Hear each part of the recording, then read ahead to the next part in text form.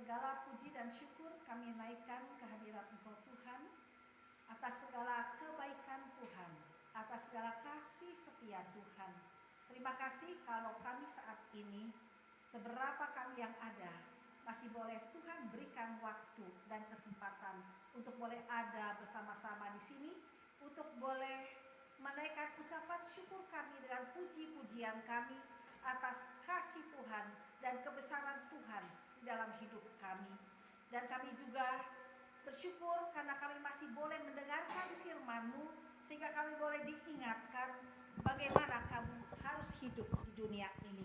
Terima kasih Tuhan, kami mau serahkan waktu ini ke dalam tangan Tuhan. Biarlah kiranya Roh Kudus-Mu menolong kami, sehingga kami sungguh boleh mengerti dan memahami apa yang menjadi kehendak Tuhan dalam hidup kami. Dan terlebih dari itu Tuhan, kami dimampukan oleh Engkau untuk melakukan apa yang menjadi kehendak Engkau di dalam kehidupan kami. Kami mau serahkan waktu ini ke dalam tangan-Mu. Di dalam nama Tuhan Yesus kami berdoa. Amin. Bapak Ibu Saudara sekalian, saat ini kita bersama-sama akan merenungkan bagian firman Tuhan yang tadi sudah dibacakan ya. Dan saya mengambil tema adalah percaya walau belum melihat, ya. Percaya walau belum melihat. Kalau kita membayangkan akan hal ini, mungkin kita merasakan betapa sulitnya ya. Kita untuk mempercayai sesuatu yang belum pernah kita alami, yang belum pernah kita lihat. Mungkin kita berpikir, waduh, bagaimana saya bisa percaya, ya? Karena saya tidak melihat atau saya belum melihatnya. Tapi di dalam pembacaan kita pada hari ini kita boleh belajar tentang satu tokoh yang sangat luar biasa sekali, yaitu yang namanya Bapak Abraham. Ya, di sekolah minggu kita pernah dengar atau belajar tentang lagu ya tentang Bapak Abraham ya. Bapak Abraham mempunyai banyak sekali anak-anak gitu ya. Nah itu. Jadi karena imannya itu ya. Nah, maka dia disebut sebagai bapak orang beriman. Nah, kalau kita lihat siapa Abraham itu? Nah, Abraham itu sebelumnya bernama Abram ya. Abram sebelumnya. Nah, dia itu anak Terah, ya bapaknya namanya Terah ya. Dan kemudian dari Ur Kasdim ya, asalnya dari Ur Kasdim. Ur Kasdim adalah disebut juga dengan kota Ur ya, di Sumeria, di Irak Selatan. Nah, sekarang itu namanya adalah Tal al-Muhayyar atau Tal al-Muhair. Itu letaknya sekitar 200 mil atau 300 kilometer tenggara Baghdad. Ya, kalau kita dengar kota Baghdad, kita dengarnya ingatnya tokoh siapa itu? Aladin ya. Ya, tapi rupanya Abraham katanya dari sana ya. Di Mesopotamia bagian bawah. Nah itu. Nah di sini kita lihat, kalau kita perhatikan ya, Abraham ini luar biasa sebetulnya. Bayangkan, dia dipanggil oleh Tuhan, mari ikut aku ya, dan pergi ke satu tempat atau satu negeri yang disebut dengan Kanaan. Nah, waktu itu apa Abraham sudah tahu? Belum tahu yang namanya Kanaan itu seperti apa. Tapi luar biasanya pada waktu itu Abraham atau Abram itu mau gitu loh. Mau ya, kalau kita disuruh melakukan hal itu bagaimana? Ke satu tempat yang kita tidak tahu ya, di sana tuh ada apa dan mau bagaimana terjadi. Lalu kita disuruh pergi ke situ. Bagaimana perasaan kita? Waduh, kita pikir nanti di sana bagaimana ya? Lalu apa yang terjadi ya? Begitu kan ya. Nah tapi mungkin karena kita pikir, enggak lah, saya enggak mau ke sana. Takut terjadi apa-apa, begitu kan ya. Nah tapi kenyataannya di sini Abram menurut untuk pergi. Nah makanya Tuhan memperhitungkan itu sebagai satu kebenaran. Karena apa? Melihat iman, percaya daripada Abram ini. Nah kalau di sini kita lihat, ini kalau dikaitkan dengan masalah kehidupan yang Tuhan berikan kepada kita, yaitu kehidupan yang kekal, Tuhan mengingatkan kepada kita dalam ayat yang tertulis dalam Roma bahwa bukan karena hukum Taurat telah diberikan janji kepada Abraham, ya. Dia itu dipilih oleh Tuhan, dipanggil oleh Tuhan untuk pergi ke suatu tempat yang Tuhan janjikan. Itu bukan karena kebaikan Abraham atau kebaikan Abram.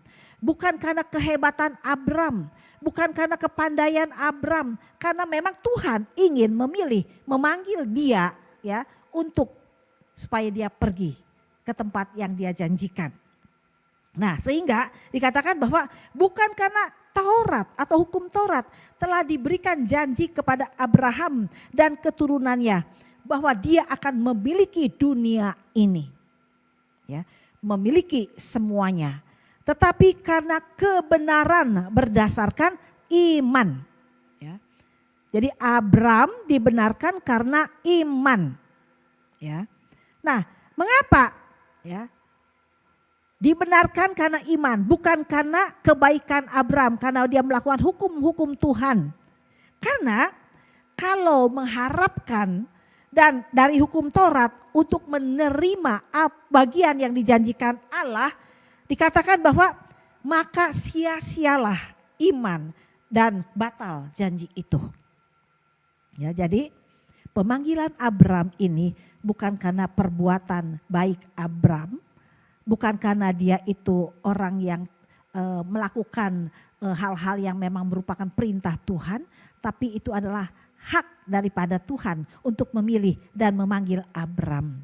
Nah, sehingga ini karena imannya, ketaatan Abram diperhitungkan sebagai satu kebenaran, ya. Dan kemudian memang satu sisi hukum Taurat itu katanya membangkitkan murka, ya, membangkitkan murka Tuhan, ya, hukum Taurat. Kenapa?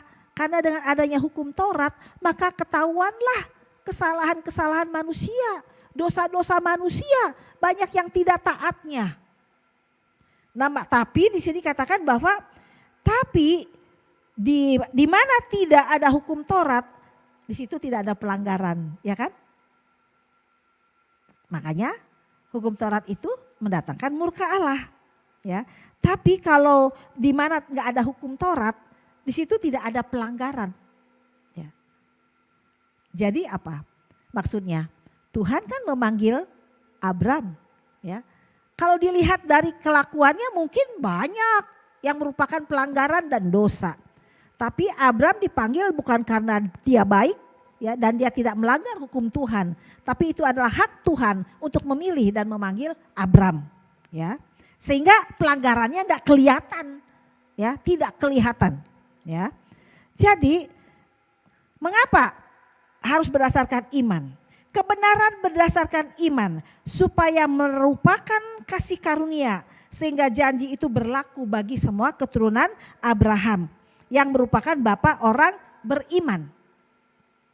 Ya, jadi kebenaran itu harus berdasarkan iman. Supaya apa? Itu merupakan kasih karunia, anugerah yang Tuhan berikan, ya. Nah, Bapak Abraham ini ya dilihat seperti itu, ya, bahwa dia itu dipilih, dipanggil oleh Tuhan bukan karena dia melakukan hukum Taurat, tetapi karena memang itu adalah kasih karunia Tuhan semata-mata, sehingga tidak diperhitungkan segala pelanggaran-pelanggaran dari Abram, ya. Kemudian di dalam ayat yang ke-18 Roma itu, sebab sekalipun tidak ada dasar untuk berharap, namun Abraham berharap juga dan percaya bahwa ia akan menjadi bapa banyak bangsa menurut yang telah difirmankan. Ya. Nah, jadi dengan ketaatan dia, ya, Abram dipilih dan mengikuti Tuhan, walaupun sebetulnya kalau kita pikir-pikir enggak ada dasar dari Abram untuk bisa percaya. Tuhan menjanjikan, mari ikut aku, kamu pergi ke satu negeri, ya, yang kaya susu dan madunya yang disebut dengan Kanaan. Dan Abram belum pernah melihat itu semuanya. Tapi Abram kemudian mengikuti apa yang Tuhan mau dan dia pergi, ya. Nah, sehingga walaupun sepertinya nggak ada yang bisa diharapin, ya, Dan tidak ada yang bisa dipercaya karena belum dilihat. Tapi kemudian walaupun tidak ada dasar untuk berharap bagi Abram, ya, nggak ada, karena dia belum tahu, gitu, bener enggak? Apa yang terjadi? Bagaimana? Enggak. Tapi dia tetap melaksanakan, ya. Kenapa? Dia percaya dengan apa yang Tuhan katakan, ya. Nah, sehingga imannya itu tidak menjadi lemah, walau dia tahu tubuhnya sudah lemah. Bayangkan, Abram itu umurnya hampir 100, ya kan? Sarah udah mati haid. Tuhan bilang kamu akan menjadi bapak segala bangsa. Pikir-pikir, normalnya ya orang yang bisa punya anak yang hamil itu kalau suami itu masih juga muda, nggak tua, kan udah peot-peot mungkin kan. Udah 100 tahun, kebayang. Lalu Sarah juga udah mati haid. Nggak mungkin bisa punya anak. Coba kalau kita lihat ya, nggak mungkin. Bayangkan, kalau makanya saya bilang saya terkagum waktu membaca ini ya. Duh, Abraham itu luar biasa ya. Sepertinya kalau dia lihat dirinya, dia lihat istrinya, bisa katakan Tuhan gak mungkin. Aku gak akan mungkin bisa punya anak. Tapi Tuhan bilang akan menjadikan aku bapak segala bangsa. Mana bisa. Ya, gak mungkin situasinya. Tapi jadi gak ada dasar untuk percaya kan. Tapi Abraham tetap taat. Nah kemudian terhadap janji Allah ia tidak bimbang. Bayangkan, hebat gak Bapak Abraham? Terhadap janji Allah bahwa Tuhan akan menjanjikan itu. Apa sih yang dijanjikan oleh Tuhan? Nah, janji Allah kepada Abraham itu ada di dalam Kejadian 12 ayat 23. Dia katakan apa yang pertama? Akan membuat Abraham menjadi bangsa yang besar. Ya, ini janji tentang apa? Keturunannya akan menjadi bangsa yang besar. Dan kemudian janji tentang apa? Dia akan memberikan satu tanah yang subur, ya, itu tanah Kanaan yang penuh, yang berlimpah dengan susu madu, ya. Dan kemudian akan memberkati Abraham serta membuat namanya masyhur, dikenal oleh semua orang. Dan kemudian janji ketiga akan menjadikan Abraham itu apa? Menjadi berkat. Akan menjadi berkat, itu yang dijanjikan. Nah, kalau kita melihat situasi yang ada, tanah Kanaan itu yang kayak gimana enggak kelihatan ya. Dan dia harus melakukan perjalanan yang panjang, yang jauh. Lalu dijanjikan jadi bapak bangsa, segala bangsa. Gimana saya udah tua begini, Sarah juga udah tua, enggak mungkin bisa punya anak. Tapi karena disuruh oleh Tuhan, dia tetap melaksanakan dan taat. Tetap percaya. Ya, itulah makanya diperhitungkan sebagai kebenaran. Nah, jadi di sini kalau kita melihat ya, Tuhan memperhitungkan itu semua yang Abraham lakukan itu sebagai satu kebenaran. Kalau saya pikir-pikir, kenapa ya Bapak Abraham bisa begitu? Berarti dia itu mengenal Allahnya. Berarti dia itu tahu siapa Allahnya. Memiliki hubungan yang dekat dengan Allahnya. Kalau dia tidak punya hubungan yang dekat dengan Allahnya, nggak mungkin dia bisa percaya, ya kan? Nggak mungkin kan? Kalau tidak mengenal, nggak mungkin dia bisa percaya. Ya, berarti Abraham itu mengenal siapa Allahnya dan dia percaya kepada Allahnya. Sehingga ketika disuruh oleh Tuhan seperti itu, walaupun semuanya serba meraba-raba, serba samar-samar, serba gelap dan tidak tahu bakal terjadi apa dalam kehidupannya, dia tetap bisa percaya dan taat.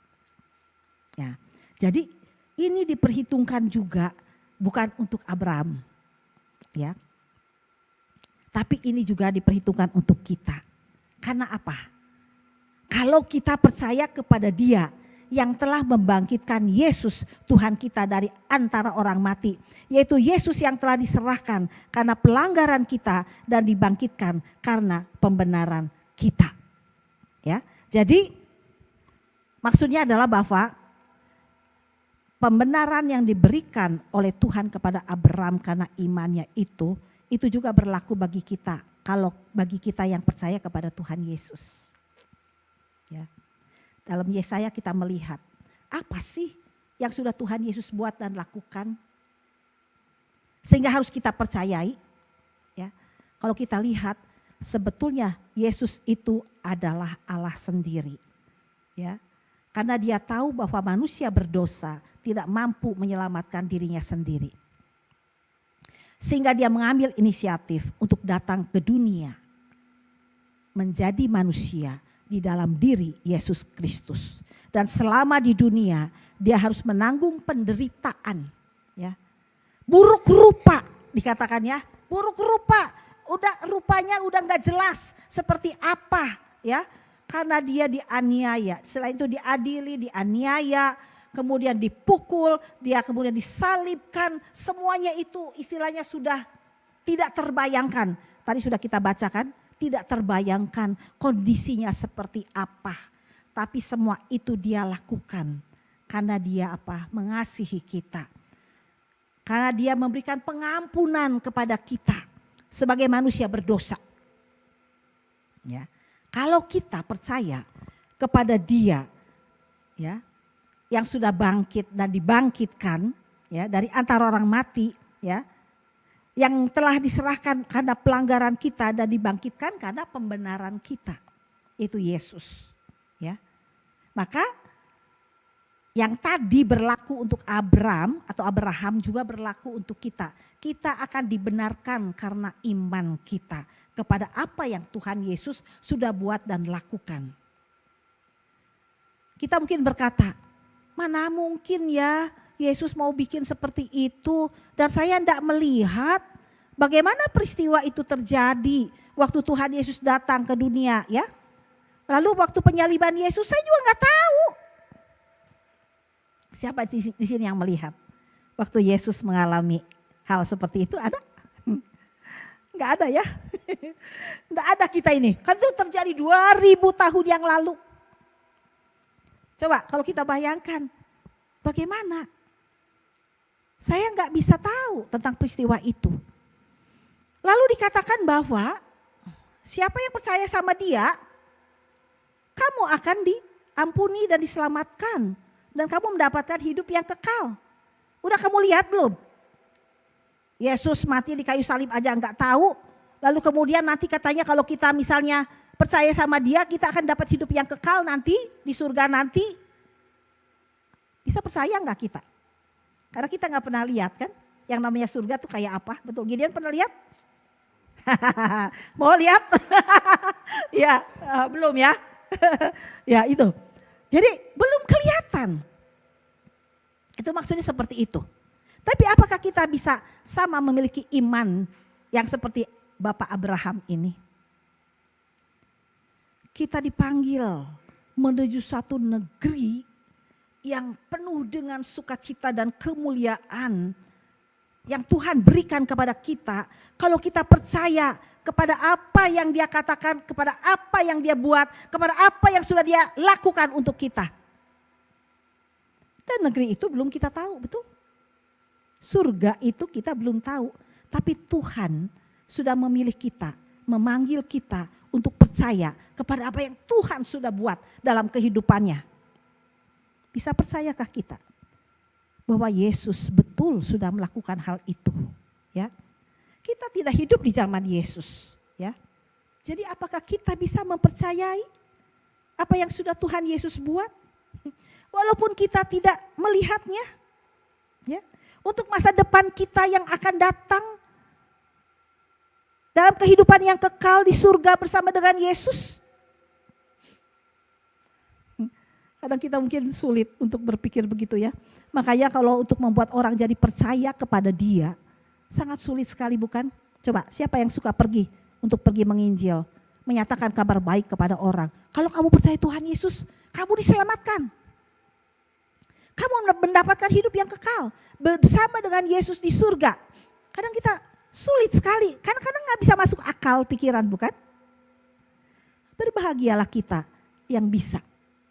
Seperti Abraham walaupun aku belum melihat, surga itu adalah satu negeri yang begitu indah dan begitu mulia. Tapi aku bisa percaya. Aku percaya Tuhan. Ketika aku percaya kepada Engkau, Engkau menyediakan bagiku satu tempat yang sangat indah, yang luar biasa.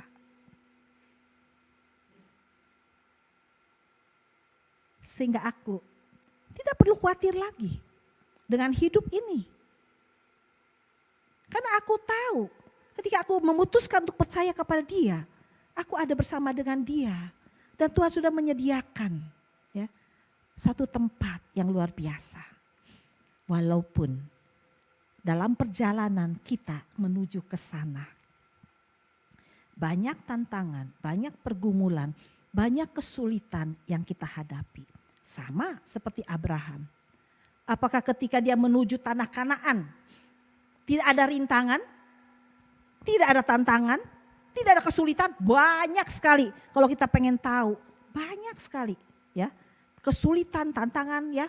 Termasuk akhirnya dia goyah ya, karena apa? Istrinya bilang, kamu bilang Tuhan mau kasih kita jadi bapak segala bangsa. Kamu gak lihat diri kamu udah tua? Ketawa dia itu ya. Ya, Sarah itu ketawa. Ya, mana mungkin? Udahlah, ambil itu. Siapa itu? Hagar. Ya, mungkin dari dialah kamu akan dapatkan anak. Sempat jatuh juga ya Abraham ya. Sehingga akhirnya dia bersama dengan Hagar dan mendapatkan anak Ismail. Tapi Tuhan bilang, bukan itu ya. Aku tepati janjiku bahwa kamu itu memang akan menjadi bapak segala bangsa. Dan dari anakmu sendiri itu. Makanya kemudian gak lama kemudian ternyata Sarah yang tidak mungkin punya anak dibuat bisa mengandung oleh Tuhan. Nah itu luar biasa ya. Ya itulah banyak pengaruh yang membuat bisa membimbangkan. Karena situasi kondisi ya. Banyak pergumulan kesulitan yang Abraham lalui ya. Tapi dia tetap jalan ke sana, jatuh bangun, tapi dia tetap memandang kepada Allah. Begitu kan? Nah itu. Nah jadi saat ini pun di dalam kehidupan kita ya, menuju ke tanah Kanaan atau kehidupan kekal yang Tuhan berikan kepada kita ya. Kita tidak tahu apa yang akan terjadi dalam hidup kita di dunia ini. Ada yang tahu? 1 detik pun kita tidak tahu hidup kita mau terjadi apa. Ya, 1 menit, 1 jam, sehari, apa yang mau terjadi dalam hidup kita tidak tahu. Begitu ya. Bisakah kita mempercayai Tuhan walaupun kita belum melihat? Selfie ke depan, saya mau menikah dengan siapa? Gak tahu, sekarang ini belum tahu. Lalu nanti mau melayani sebagai apa? Gak ngerti juga ya. Sepertinya masih sesuatu yang tidak jelas. Tapi kalau kita tetap percaya kepada Tuhan, kita akan melihat bagaimana Tuhan menuntun dan berkarya dalam hidup kita. Ya.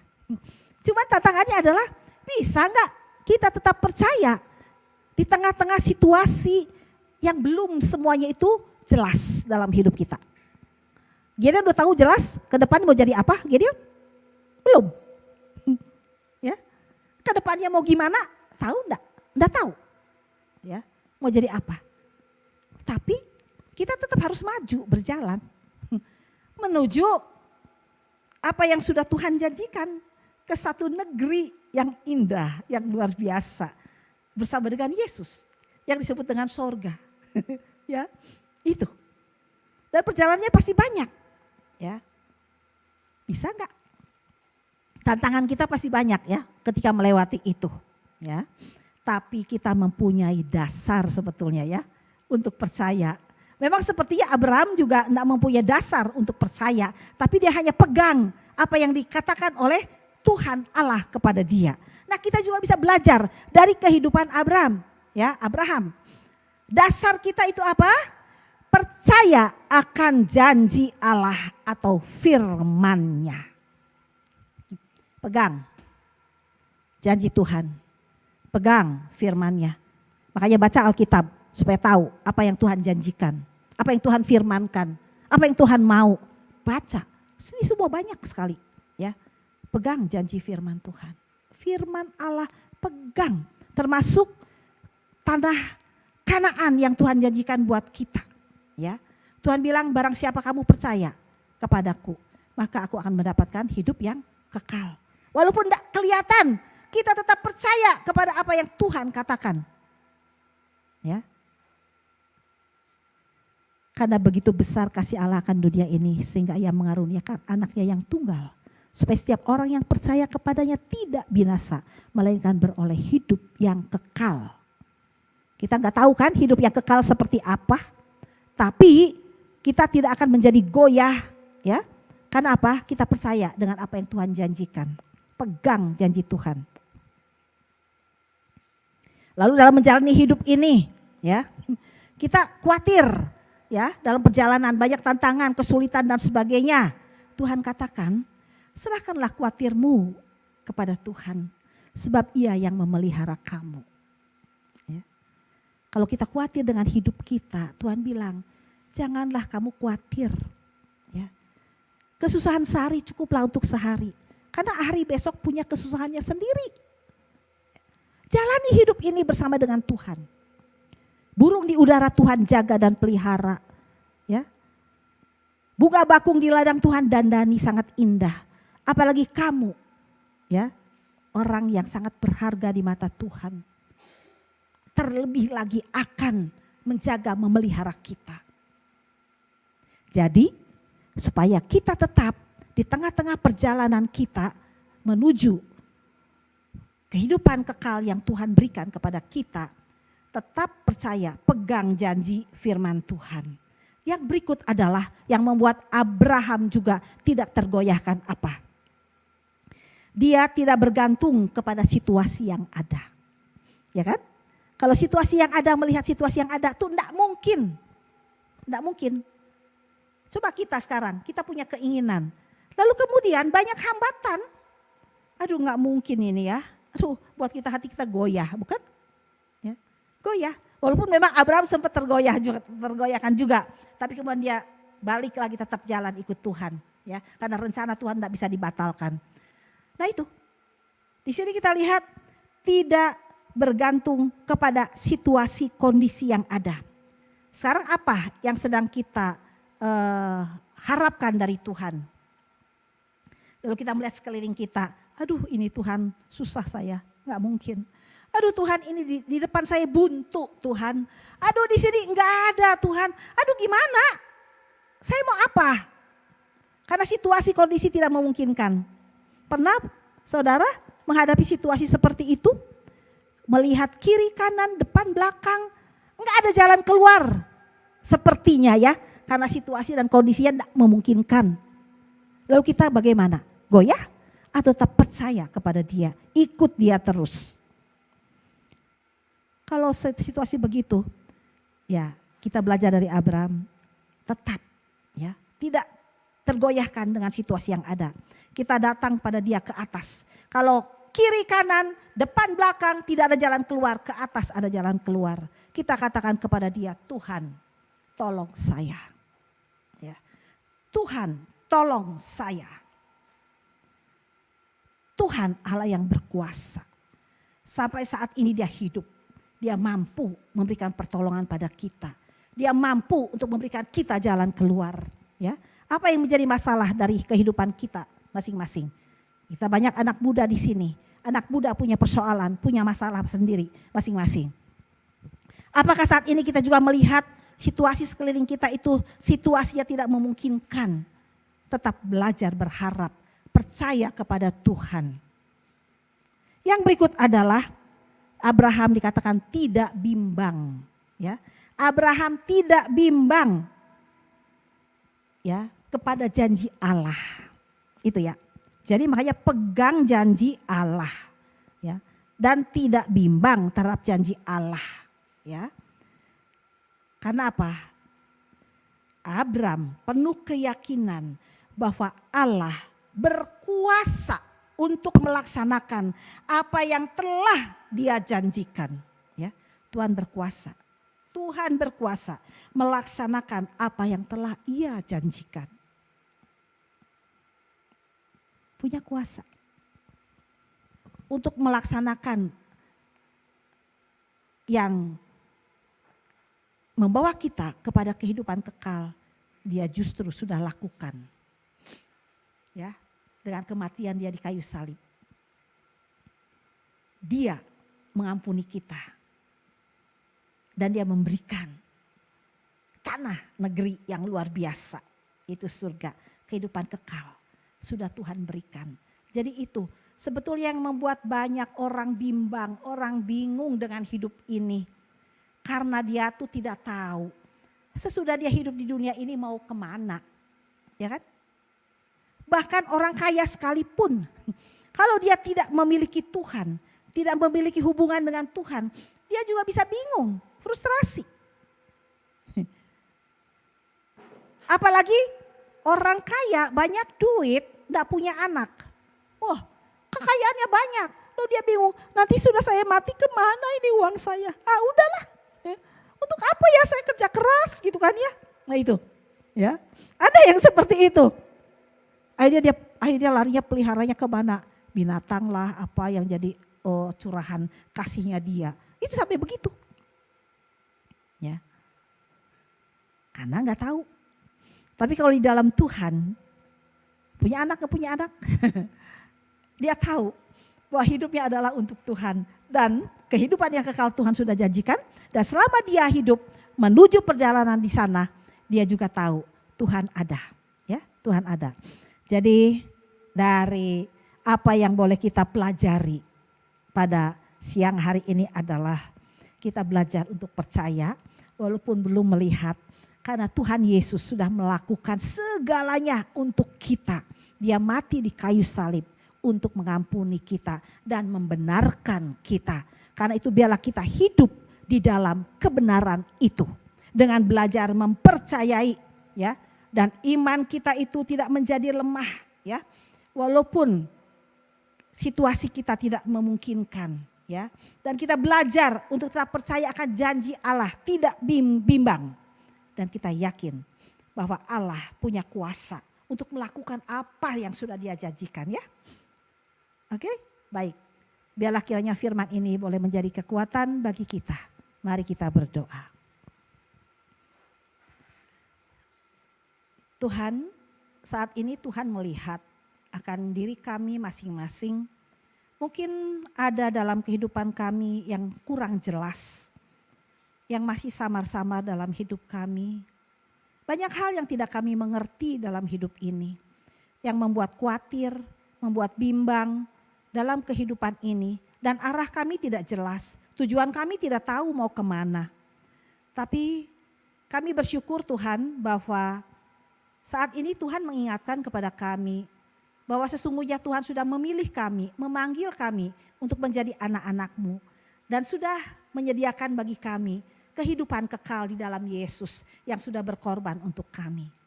Dan selama kami mengikuti perjalanan ke arah sana, selama kami masih di dunia ini, Tuhan tetap tolong kami, berikan kepada kami iman untuk tetap percaya kepada janji-janji Tuhan. Biarlah kiranya kami juga menjadi kuat dan teguh dalam Tuhan dan tidak bimbang di tengah-tengah situasi, kondisi yang sepertinya tidak ada harapan dalam hidup kami.